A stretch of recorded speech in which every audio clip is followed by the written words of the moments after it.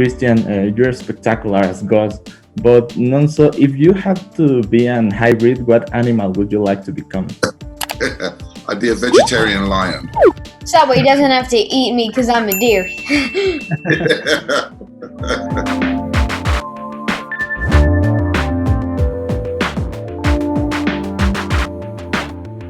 heard there's a safe place for kids like me.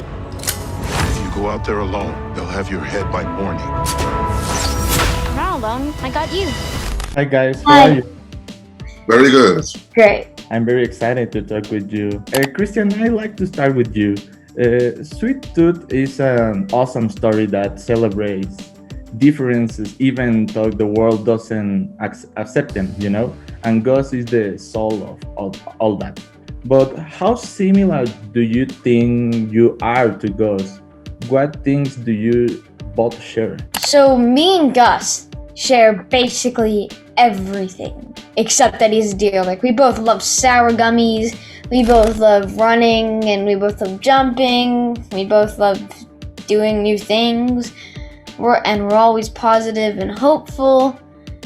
And also, like you were saying, a message that I want people to take away from Sweet Tooth is, being different is okay, and that you do need hope and optimism to push through things, like COVID-19, for example. So if we work as a team, that's what I think the message from Sweet Tooth is. We can get through anything.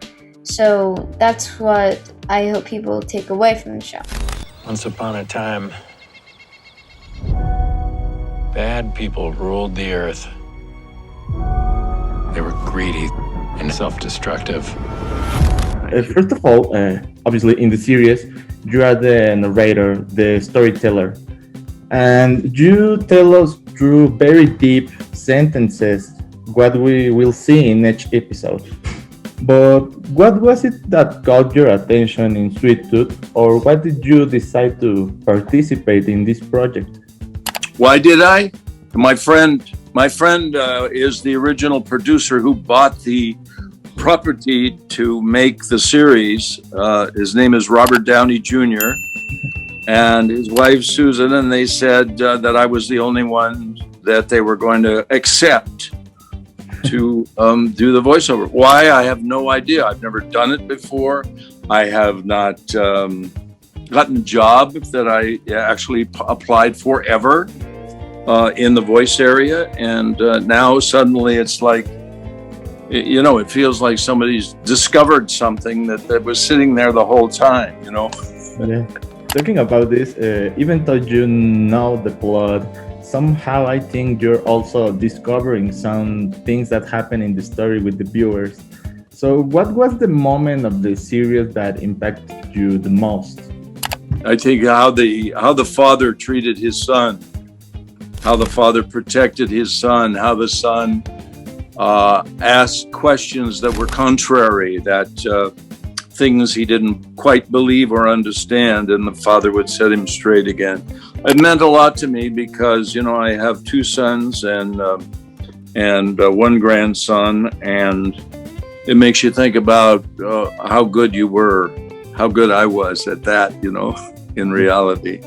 So, Nonso, you became a father days before you started filming the series, and I want to congratulate you for that. Thank you. In Sweet Tooth, and even though he doesn't want to, Jepper practically becomes Ghost's father.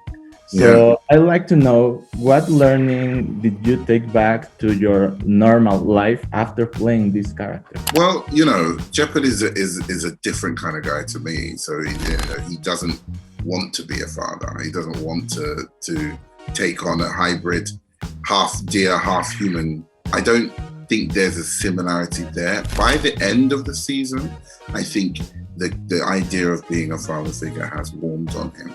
I think more than anything, my actual real life situation where I'm a father has informed the way that I play Jeopard, as opposed to the way I play Jeopard informs my real life. But the love, and I think the love I have for my own son, there's part of that I express to Gus in Sweet Tooth. And plus, we also have a real, big brother, little brother kind of relationship offset. So I feel like because of that, there's that natural chemistry there that you can kind of believe that Jeopardy is going to look after Gus and make sure he's okay. We have reason to believe that you are harboring an animal child. It's me, you little freak.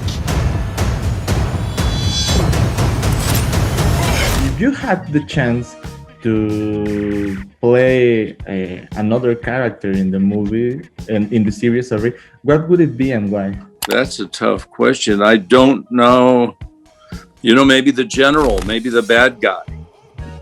It's always interesting to explore a heavy in a movie or a heavy in life who justifies everything he's doing. You know, many times, in a way, you can't blame them because they totally believe in what they're trying to accomplish, you know. And it's interesting getting into somebody else's head like that I don't remember ever having done. So yeah, probably be the general. From your perspective as a person who looks at this whole story from the outside, what do you think is the most important message of Sweet Tooth? That in the end, no matter what problems we have, no matter who we have to fight and resolve in our differences, that all we're really after is someone to love us and someone to love. That's all we really want. I know that you may have been asked this many times. Christian, you're spectacular as Gus, but Nonso, if you have to be an hybrid, what animal would you like to become? I'd be a vegetarian lion. So he doesn't have to eat me because I'm a deer. And what do you think about it, Christian? Do you think Nonso being a great vegetarian lion? That'd be pretty funny because I don't know how that would go for him, but whatever. Oh no. A lion eating carrots and peas and stuff. That does not work in my head. Yeah. You're a legendary and recognized actor with a huge career, but what did it mean to you work on this series and what did you learn from it? That work comes in disguised packages sometimes. So who knows? You know, we've all been sitting, home for quite a while, protecting ourselves from this disease. And it's ironic that the movie is about a disease that's, in some ways, well, the disease, it's not similar, but it's close.